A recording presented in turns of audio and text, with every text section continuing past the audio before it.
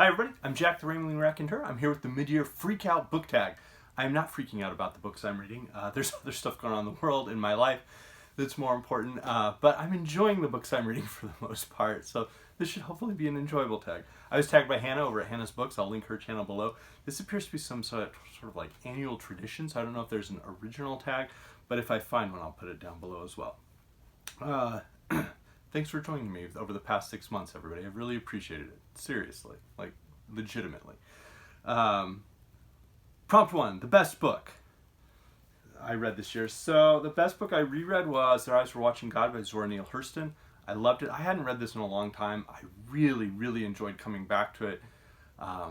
Dipping into the really interesting characters Hurston creates, the environment she puts them in, and then the way she juxtaposes like the diction of her prose versus the diction of the dialogue and how the characters speak to her.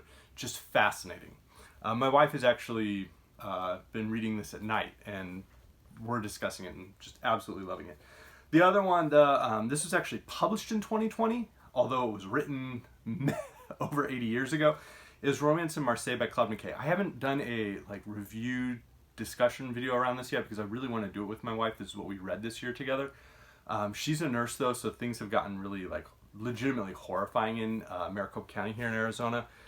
So we finished it the weekend we were redoing our daughter's bedroom, and then since then she's pretty much been at the hospital working crazy hours. So we're hoping to get that in together. We both really were fascinated by it, and so we want to share that with everyone.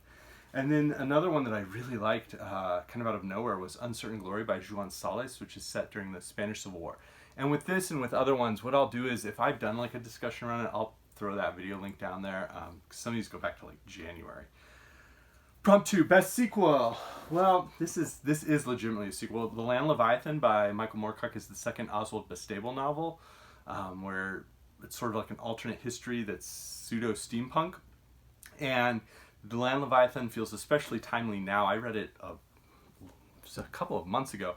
It feels timely now. Let's just say that in this alternate history, Paul Robeson shows up as a young man, and he's pretty cool, just like in real life. The other sequel, this is more of a spiritual sequel, but it's by Ted Lewis, whose really famous book was Jack's Return Home or Get Carter. And this is not a sequel to Get Carter, but the main character in GBH feels like he could be the crime boss in London that Jack Carter worked for. And I read it in March, and Ted Lewis always terrifies me, and this was an astounding book. So I'm calling it a sequel. It's a spiritual sequel. Prompt 3, new release I have not read yet, but want to. My wife just did Wolf Hall by Hilary Mantel last month. She's going to start bringing up the bodies probably sometime in mid-July, depending on how things shake out. There's certain things you just want to read in a particular environment. So probably The Mirror and the Light. I think we might read that. Prompt 4, the most anticipated release for the second half of the year. I don't have one. I haven't really been paying attention to that, I'll be honest. Prompt 5, biggest disappointment. 2, Vengeance is Mine by Mickey Spillane. It's easily the worst of his books that I've read. The mystery works on a couple of levels, but doesn't work on some other levels. There's some aspects of the book that maybe worked in the 1950s, that probably didn't work very well in the 1950s, and absolutely fall apart in 2020. So that's it. It's probably the only book I've read this year that I didn't enjoy. The other one is, I've been reading in June, and I'll talk about this as well tomorrow, some of the Rambler essays of Samuel Johnson, and those have been a disappointment. Boswell shows us the funniest side of Johnson, in my opinion. Biggest surprise.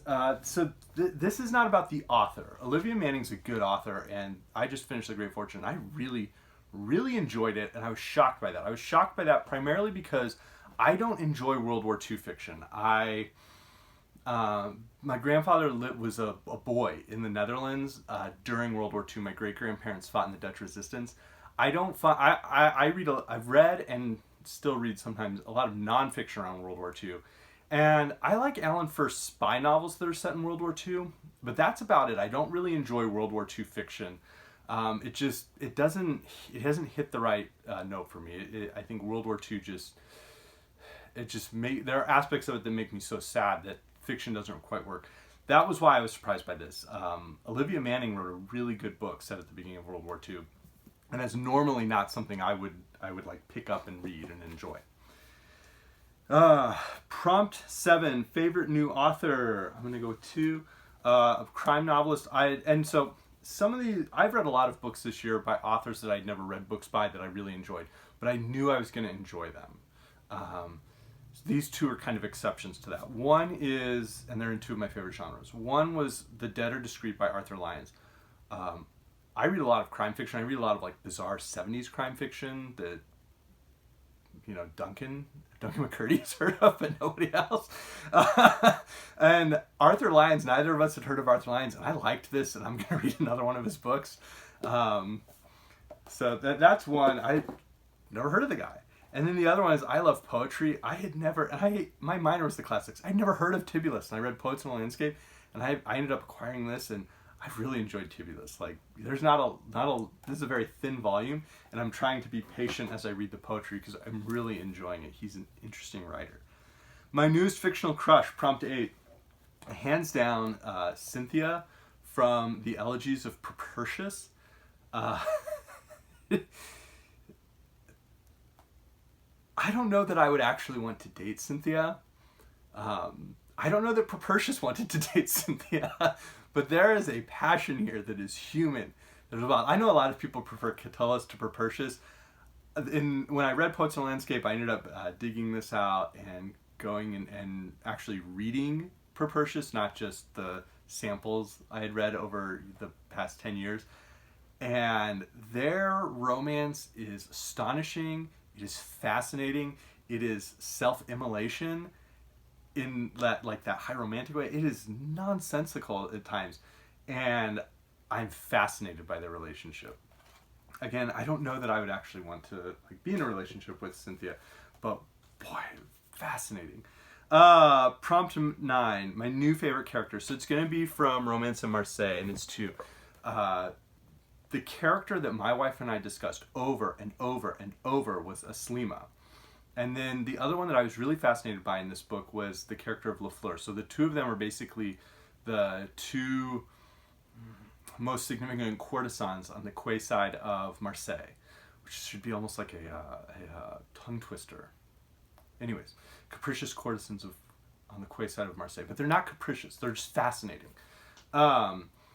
So we get a little bit of Aslima's backstory. She's growing up essentially in slavery in North Africa and being sold into a harem. She as a character is really interesting. She's dynamic. She has agency. I was fascinated by Fleur. We found out so much less about her, but she seemed just as interesting. I wanted there to be a sequel. I wanted a prequel. I wanted to spend more time with these characters. So those are my 2 favorite characters that I've encountered in 2020. Prompt 10, the book that made me cry. I'm not going to pretend that I don't cry. I don't cry frequently. It's Reporting Civil Rights Part 1. And if people are interested, let me know. Brian at Books is doing these great videos on racial history in the United States. There's a lot of this Part 1 and Part 2 go together. They cover articles, essays, journalism, perhaps some speeches. I haven't checked yet. I haven't come across any. From 1940 to the early 1970s in the United States. It's an astounding set of primary documentation, and the first 250 or so pages have led up to the famous Montgomery bus boycott, and they were horrifying. A number of those articles, some of it dealt around desegregation in schools. And so that was a big portion of it. But there were at least 50 or so pages that were firsthand primary account sources of lynchings of African Americans during the 1940s and 1950s in the mostly in the southern United States. And I've been reading at least one article or essay each day over the past 5 weeks, 6 weeks. And it's something where I can't read it just after I've eaten or before an hour before I'm going to eat, because it leaves me with a viscerally uncomfortable sense. I really do. It disturbs me. It disturbs my mind. It disturbs my heart. it makes me want to be a better person in every aspect of my life, a better father, a better husband, a better teacher, when you see so much of what's going on. And the one that absolutely killed me was the account of the Morris Ford lynching, where 2 African-American men were pulled out of a car by a group of white men, and their wives were with them, and one of the wives recognized one of the white men and called him by name. When they realized that the African-American women knew who they were, they dragged them out of the car as well. One of these women was pregnant. They chained the 4 of them together and then shot them and murdered them.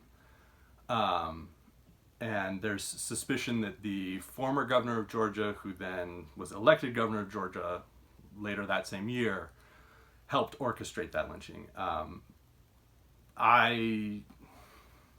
That was really hard to read. That one specifically. And afterwards I just kind of put it away. I was like, I need to do something else. But I went and just hugged my kids and stuff. So the other one that makes me cry, this is not a book, but we've been doing a number of road trips, taking the girls out to fairly remote parts of Arizona that are bizarrely cool in the summer, and then doing hiking where we won't see anybody, but we keep our masks just in case. And instead of just letting them play on tablets or things, we play games and read, but we'll also put on musicals and just sing them for 2.5 hours. So my older daughter's favorite is Les Miserables, and every time that the finale comes on with the "Do you hear the people sing" like finale, and it gets louder and louder and louder and louder, you know, will you join our crusade? That one always gets me. And it's like almost dangerous, so I'm driving after it, you know, as we all sing it as loud as we can. Prompt 11, the book that made me happy. If you watch anything, you know I'm generally a happy person. Most of these books have made me happy. They've made me think. They've made me laugh. They've made me cry. I've enjoyed them. Prompt 12, the most beautiful book I bought or received. This Nature Stories by Jules Renard, and it's because of the cute little illustrations in them. I enjoyed this. I enjoyed the illustrations. I showed them to my daughters as we've read passages from it. I just loved this book. Prompt 13, books to read by the end of the year. Oh my goodness. I've started The Way of Kings by Brandon Sanderson. I'm going to read the 2nd volume by Proust in Shadow of Young Girls and Flower in July. I'm going to read one every other month for him. I'm going to read the next Fortunes of War book. I've got plenty to be reading. I've got shelves to be reading. I'm a fortunate person that I have books, and I'm able to have some time to read books. So I don't have any particular plans. But if you want to do this, it's June 30th. It is the mid-year. Don't worry about your books that you're reading, but if you want to do this as a reflection exercise, by all means do it. And thank you again to everybody. The past 6 months have been really enjoyable. So I'll see you all later. Bye.